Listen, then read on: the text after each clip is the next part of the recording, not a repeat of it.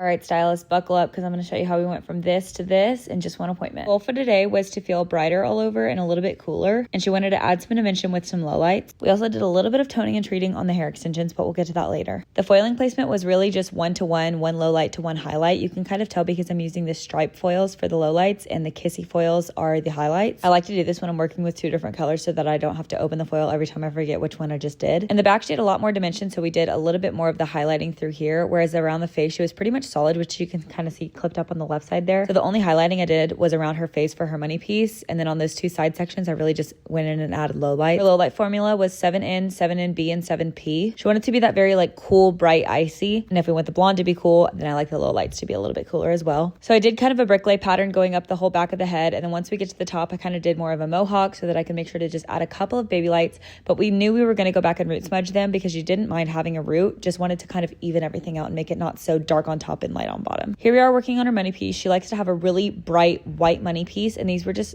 looks like they weren't just like left long enough. So I kind of just followed the placement of what it last was and then made it overlap a little bit. I know that's dangerous, but we used a lot of K18 and only using 10 volume here, and I pulled them pretty quickly after. Then went in with the Malibu Blondes treatment to try and strip off the toner from the extensions. They were a little bit too purple, as you could kind of tell in the first video. This did just the trick. After that, I went through and re-root smudged it. For the root smudge on her hair and the hair extensions, I used the same formula as the lowlights, the 7N, 7NB, 7P. And then here we are applying with her same formula for her roots. And then on the ends, we did Redken shades 10P, 10GI, and 10NA. Here's a look at our clean installation. I also ended up adding a ton more layers than what she had before, so they blended better with her hair texture.